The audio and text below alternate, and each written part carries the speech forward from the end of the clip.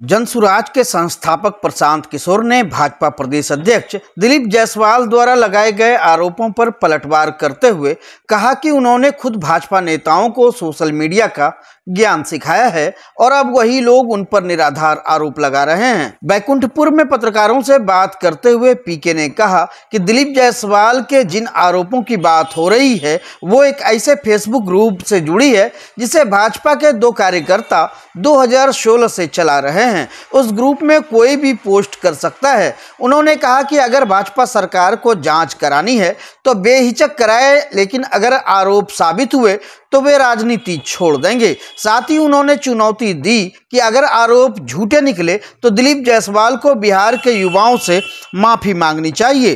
पीके ने यह भी आरोप लगाया कि सीमांचल में एक अल्पसंख्यक मेडिकल कॉलेज पर भाजपा नेताओं ने कब्जा किया है, जिसकी जांच जरूरी है। उन्होंने कहा कि दिलीप जायसवाल जैसे नेता सिर्फ कॉलेज हड़पने की राजनीति जानते हैं, जनसेवा नहीं।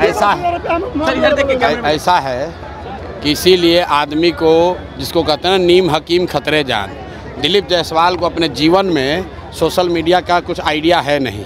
इनके पिताजी को सोशल मीडिया हम लोगों ने सिखाया है। जिस अकाउंट की वो बात कर रहा है, सब लोग ध्यान से सुन लीजिए, जिस अकाउंट का बात दिलीप जायसवाल कर रहे हैं वो भाजपा के 2 लोग आज से नहीं 2016 से चला रहे हैं। और उस आदमी को ये भी नहीं समझ है कि ये भाजपा का कोई पेज नहीं है, ये फेसबुक ग्रुप है जिस पर कोई भी जाकर कुछ भी लिख सकता है।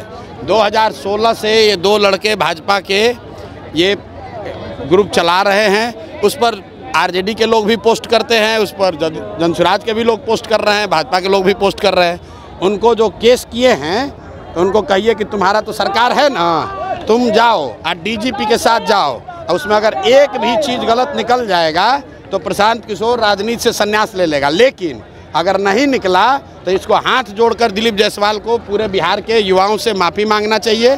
इस आदमी को कोई समझ नहीं है। इस आदमी को एक ही चीज़ का समझ है कि कॉलेज कैसे कब्जा किया जाता है। दिलीप जायसवाल का हिस्ट्री आपको बता देते हैं। दिलीप जायसवाल का हिस्ट्री ज़रा सुन लीजिए। सीमांचल में माइनॉरिटी के मेडिकल कॉलेज में ये व्यक्ति कैसे उस कॉलेज को इन्होंने गलत तरीके से कब्जा किया हुआ है, उसकी जांच होनी चाहिए। और बेचारे जो सरदार जी उसके मालिक थे, जिन्होंने उस कॉलेज की स्थापना की, उनकी हत्या हुई, कैसे हत्या हुई, इसकी जांच होनी चाहिए। ये हमको डराने की कोशिश कर रहे हैं। भाई तुम दिल्ली, यहाँ पटना से लेकर दिल्ली तक जितना साइबर एक्सपर्ट है उसको ले आओ और ला कर दिखाओ। अगर प्रशांत किशोर ने, जनसुराज ने गलती की हुई है तो हम लोग मान लेंगे। ये इसको कुछ आइडिया है नहीं, किसी ने बता दिया कि अरे भैया ये भाजपा के ग्रुप में जनसुराज का मैसेज है। तुम भाजपा के ग्रुप में जनसुराज का आदमी नहीं लिखेगा। आप किसी के भी पेज पर जाकर कुछ भी कमेंट कर सकते हैं, उसमें क्या है? आपको लगता है सर चुनाव से पहले आपको बदनाम करने की? अरे भैया बदनाम क्या होगा इसमें? बदनाम हमको क्या करेगा भाई? सब लोग समझ रहा है सरकार किसकी है, भाजपा की है।